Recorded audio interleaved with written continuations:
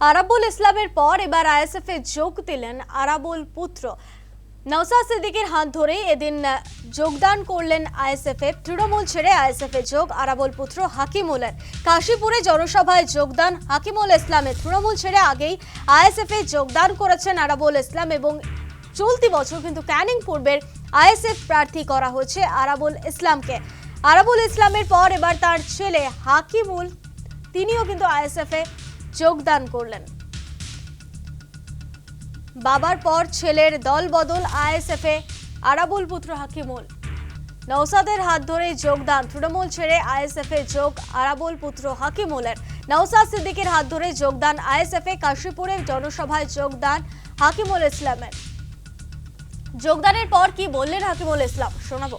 তৃণমূল কংগ্রেসে থাকার বড় পরিস্থিতি নেই, যে এটা একটা পুরো ধাপ্পাবাজের একটা দল চলছে। এই দলে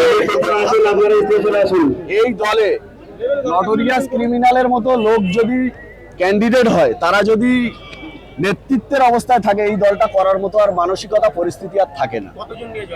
এখানে প্রায় 5 থেকে 700 জন মানে আমাদের তৃণমূলের কর্মী যারা ছিল, পুরনো তৃণমূলের কর্মী যারা ছিল, তারা আজকে আইএসএফ এ জয়েন করেছে এবং ভাইজানের নেতৃত্বে এখানে ভাঙড়ে ভাইজান অন্তত কম বেশি প্রায় 1 লক্ষ ভোটের কাছাকাছি ভোটে জিতবে। আইএসএফ জিতবে। শুধু ভাঙড় নয়, আমাদের জেলায় বেশ কয়েকটা সিট আইএসএফ জিতবে।